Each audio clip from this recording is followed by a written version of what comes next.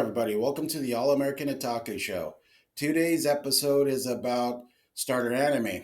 As being an anime fan and a longtime anime fan, going to conventions, meeting new people, new family members, and new people marrying other people, or getting new friends, they always ask, what would be a good starter anime?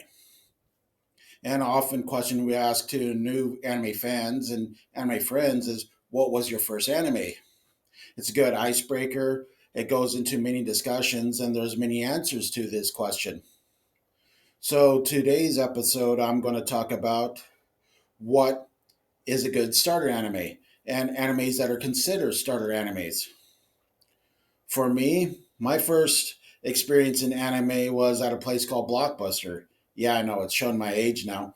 Went to Blockbuster, and during the animation section, because I was always into cartoons as a kid, which were like your Bugs Bunny and various other like He-Man, G.I. Joe, and various other cartoons of the 80s and 90s. And then went to a Blockbuster back in 93, looked in there and says, oh, I'm going to the animation section because of the movie Heavy Metal when I was a kid. Got me into more of adult and more complex animation. And it started off going to seeing the cartoon movie Heavy Metal at in the 80s on a friend's house. We went with a laser disc.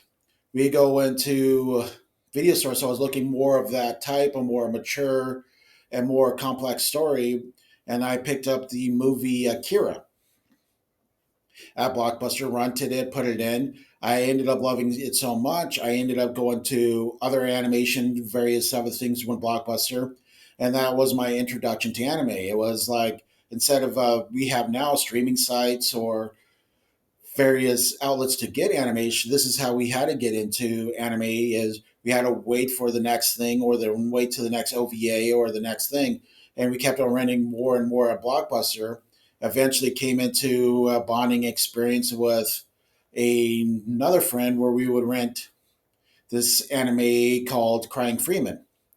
It was an anime that's an OVA, major manga about a hitman who sheds tears when he kills. He really liked Crying Freeman. I started liking Crying Freeman. We would look at Blockbusters, hoping the next episode or the next movie would come there. So we rented another one and another one and another one, and became. And then eventually it was like, okay, what's the next anime that's coming out on Blockbuster, and renting that.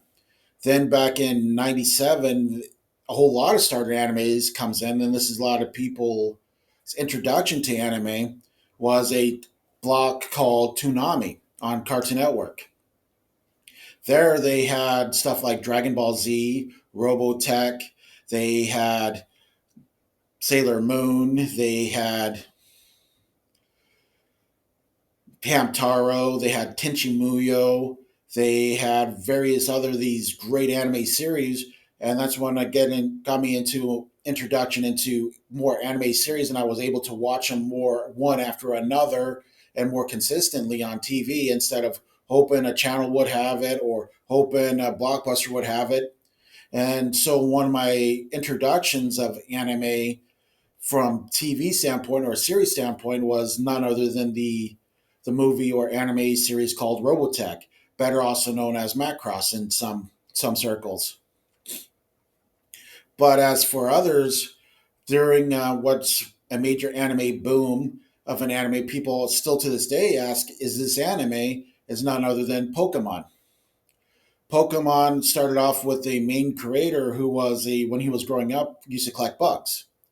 So he would collect bugs, catalog them, insects, which was common practice in Japan as well as U.S., where kids would collect bugs. And there he says, "What about if I make an idea of collecting bugs and collecting various creatures?" And it's eventually skyrocketed into become the multi-billion-dollar idea of Pokemon. Pokemon is a great starter anime because it introduces into people who still think the idea of anime as cartoons, as well as the idea that people still has complex story and good characters and good fun, and the idea of a goal and an adventure where Pokemon highly excels in this.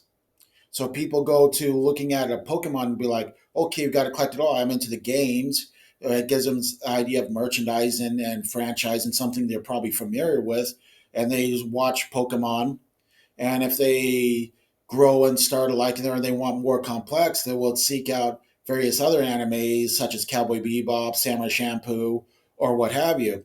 Pokemon is a great starter because it's well known. There's a big community of it, not just because of the anime, of course, but because of the video games, the cards, as well as the merchandising, such as the plushies and various other things.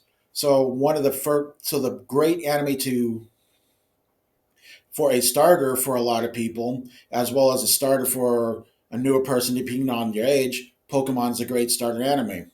The next starter anime I'm going to talk to you about is none other than Cowboy Bebop.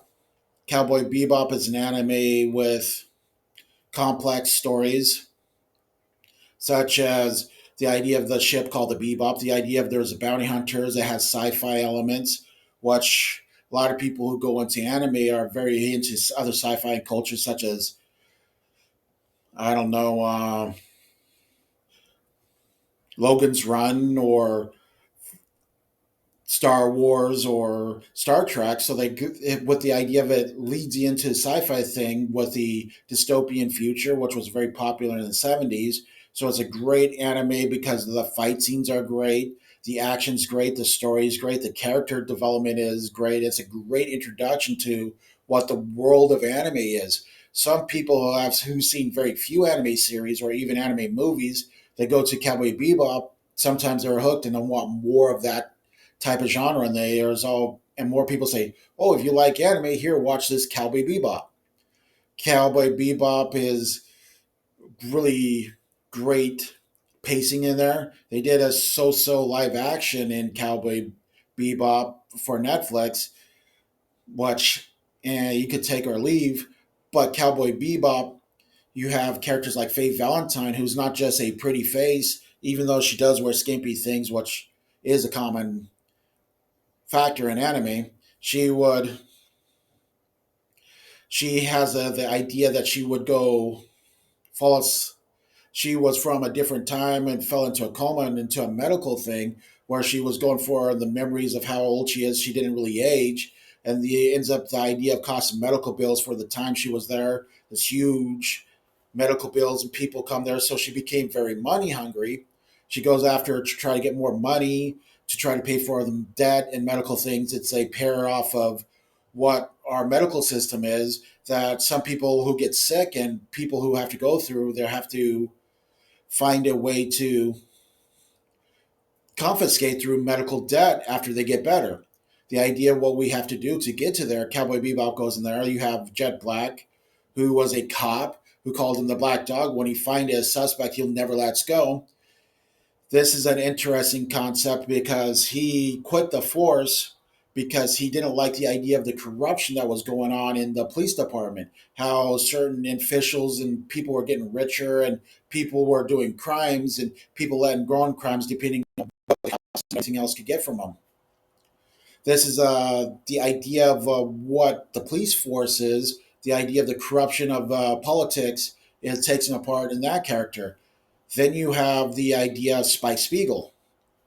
Spike Spiegel talks about his great character because he's a former gang member. He's a former friend of the main villain, Vicious. He falls in love with this girl whose name is Julia, who is a hitman. And the idea of his love story, his triangle, and he's always trying to get food and trying to live a life as a bounty hunter, kind of more of a straight life than a gangster, trying to become more of what he once was. Trying to, he can't escape his past, but he also looks into the future and tried to make a better life for himself. But every time he's trying to go forward, stuff brings him back an old flame of Julia, for instance, or Vicious doing this thing, or Vicious killing another friend of his, or someone who was a father figure of his to try to gain more control. Even the character such as Ed, who's the another member of the Cowboy Bebop crew. We don't know if Ed is a male or female.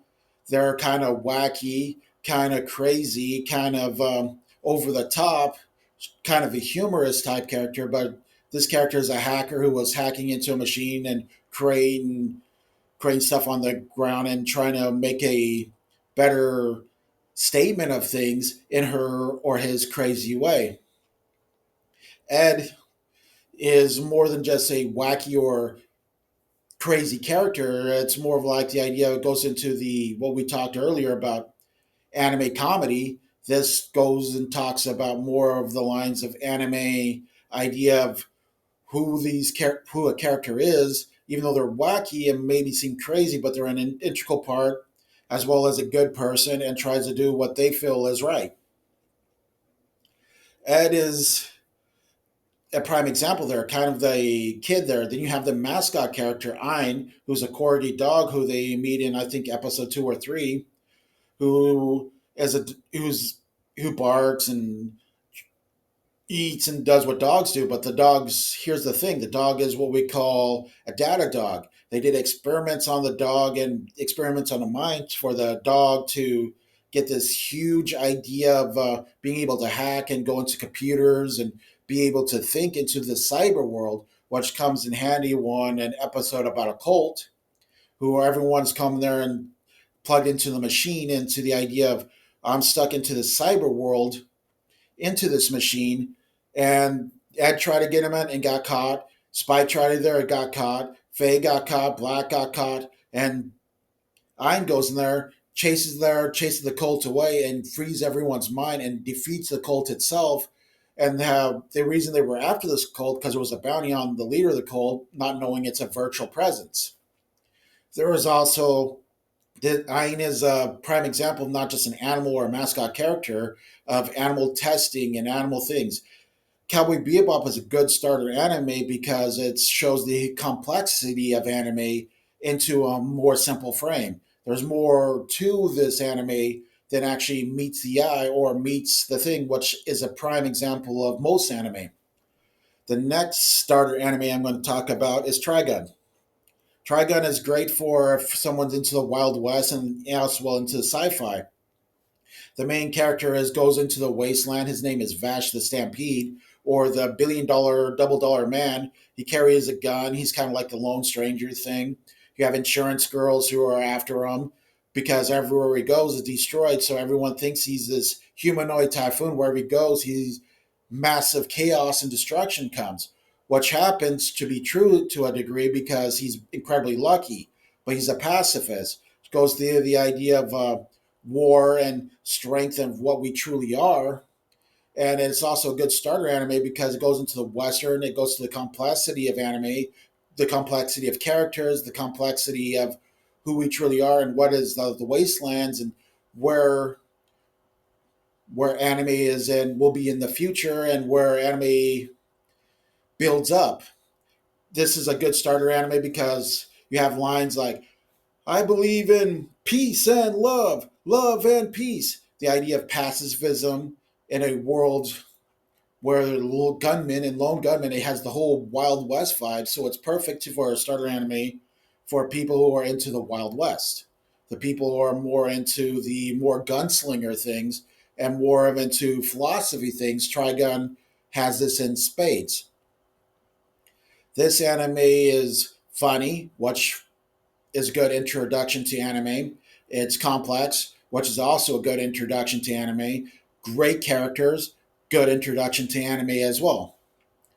This leads on to the next anime that I'm going to talk to you about. That's a good starter anime. And a lot, I have done it for someone's starter anime, and my brother has done it for his wife for a good starter anime, is none other than Demon Slayer. Demon Slayer is not only just a Japanese or anime phenomenon, it's major culture phenomenon. Even though the manga has ended months and years before the anime is even was halfway through, this involves in a character named Tanjiro, who is a well-meaning person who sells coal during the idea of when swords and everything is banned and the feudalistic area was ending in Japan. He's catching cold in the more industrial part of Japan, bringing it to his family. And one time he goes into cold and comes back and finds his family completely slaughtered, and his sister Nazuko was turned into a demon. she had immediately tries to attack, and he puts something in her mouth and tries to reason with her and bring her in there, and finds this puts a bamboo thing so she doesn't come and eat people and go into her demonic nature. She ends up becoming an integral part, doesn't really decide to hurt humans, but instead reprogram to work with humans, and ends up the whole love between Tanjiro and Nazuko is well evident of brother and sister, as well as the idea they have respect for each other. They respect for humanity and respect what a demon, not necessarily in this world, has to be a bad guy or has to be a good or are good guys. They could be rise above what their true nature is. This anime speaks on the idea of nature compared to duty. This anime is complex enough to get people really interested, and it's mainstream enough so they could easily find episode after episode after episode. It's become a major culture phenomenon because there's a lot of merchandising. And when I both movies I went to see, Demon Slayer was always almost packed theater. Everyone enjoys it. It shows the idea that most people would like Demon Slayer. They'd be like, "This is a major culture phenomenon. This is a major complex story. This keeps getting better and better. The animation's good, which is good quality idea to get into anime." I showed a family friend named Naomi. She really liked it, and she was looking forward to more episode and more episode. And since this anime was good, she was more looking for more like it, and then some other anime that could also be fit various different interests. So I got her into really into anime and really wanted to go to conventions and things just because of this anime. There, because it has like masks during one COVID and so forth. Demon Slayer is not too much fan service, even though there is some characters that are kind of fan services, like the Love Hashira. It's humorous, it's complex, has great characters, great fights, which is a great idea for an anime starter. And speaking of fights, this leads into the another anime I'm going to talk to about as starter anime is none other than Dragon Ball Z.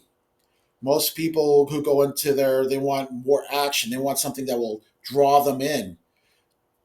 Dragon Ball Z has this in spades. Great fighting, great characters, great stories, great action, great animation. Sometimes the writing could be, "I'm Goku, I'm going to defeat Frieza," but there's a little more to that. Frieza, the world destroyer universe, shows arrogant and great villain in itself, who eventually in Dragon Ball Super becomes a good guy. They're the power scaling is a little off because it goes, okay, we went from a continental destroyer to a planet destroyer to a universal destroyer to universe beyond universe destroyer and so forth and so forth. So it keeps on the power scaling is a little off, but it shows the idea of what action is. It shows the idea of what characters are, the aliens things, so sci-fi elements. The idea of you have dinosaurs and various other things in Dragon Ball Z. It's a long one, so they could know certain complex and everything is of anime. Oh, this is great! I can't wait till the next episode and watch the next one. And then they did something really cool to help beginners called Dragon Ball Z Kai, which takes out all the filler and all the things slow ports of Dragon Ball and goes into one angle to one angle to another angle and just makes it really great. And my friend John got his friend Mike into more into anime by showing him Dragon Ball Z and says this is how great anime could possibly be. This is great action. This is great storytelling, great video game add-ons, and it became so popular. Goku became kind of like a mascot of Japan. They even had Goku coming out in a Macy's Day float once. This is a great introduction to shonen because this is the quiet and essential shonen. And this leads into the another anime that talks about a starter anime if they want something long and continuously going. One Piece. One Piece has slow pace, has good complex stories, has great arcs, great characters, and great development. It's a great essential shonen anime. You go there, it's like, okay, here's the next episode. Here's the next episode. I can't wait for there. Okay, well, we're going to find what Luffy talks about the dreams and aspirations we all have, as well as no matter how far the stretch is, closer to getting to the stretch. This is another great shonen anime that comes with has a card game and merchandising, and there's a lot of people who are familiar with it and a good community. It makes you really want to go more and more into anime by watching One Piece, and since it's all continuous going and there's so many episodes, it can seem overwhelming at first, but more you get into it, more you want more of it. One Piece has a live action that I thought was done fairly well, which condenses some of the arcs and things, and is good, so good and more of a good starter anime because of even Netflix thought there for making a live action. This is a great build on anime, and it's a good anime to get into for a new person because sometimes animes can be long. This leads into another good shonen anime that could get people for a starter is none other than My Hero Academia. My Academia has a so-so community. It has great storyline.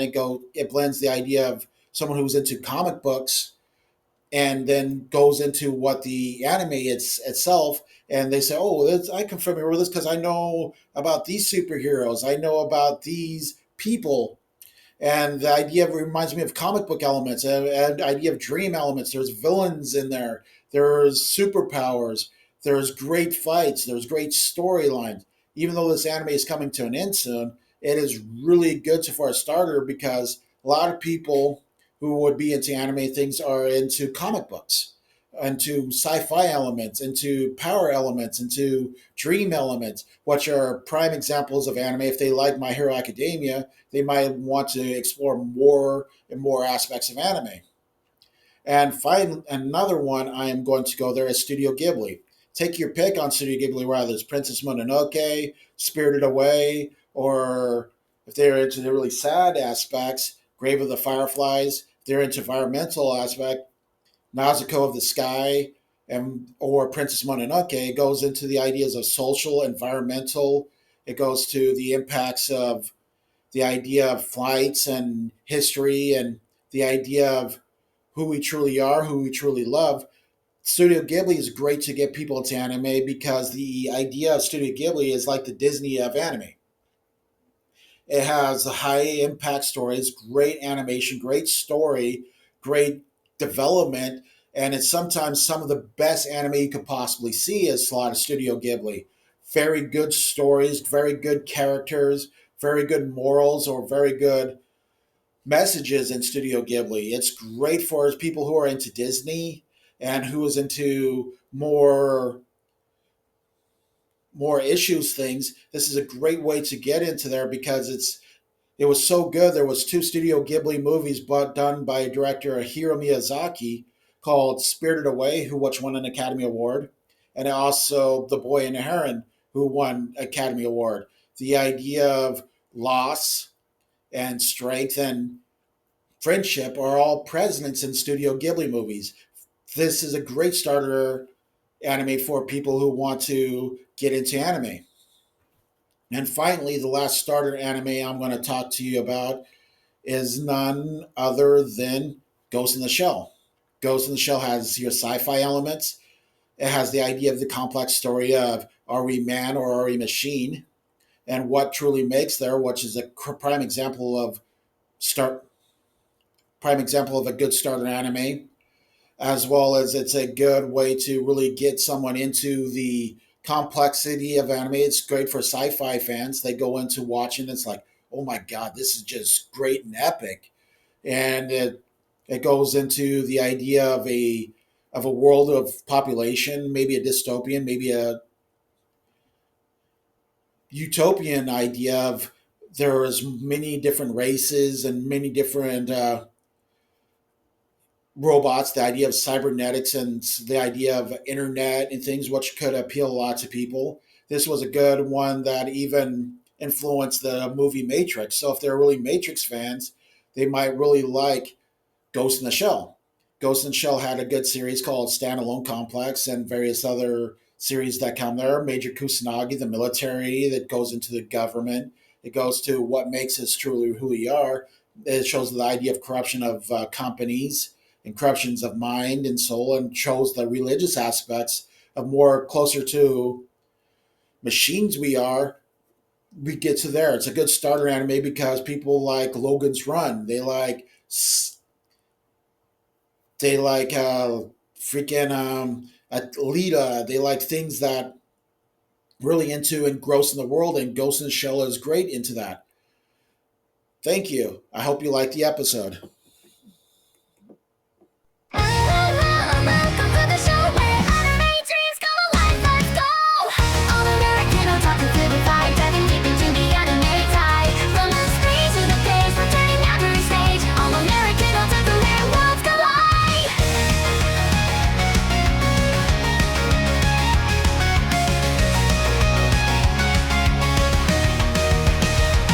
From the 90s till now, the passion's been real. Anime and manga, it's how we feel. Conventions and scenes, cooking up dreams. Japanese culture bursting at the seams.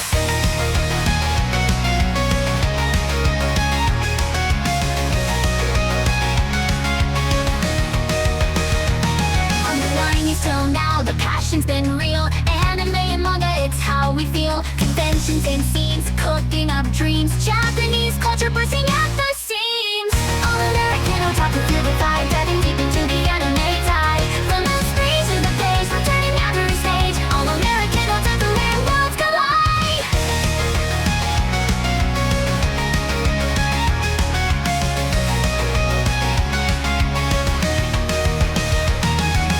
I'm a there, Mr. Pat by my side. Exploring every genre, let's take that ride. From action to drama, it's all here. Community strong, let's make it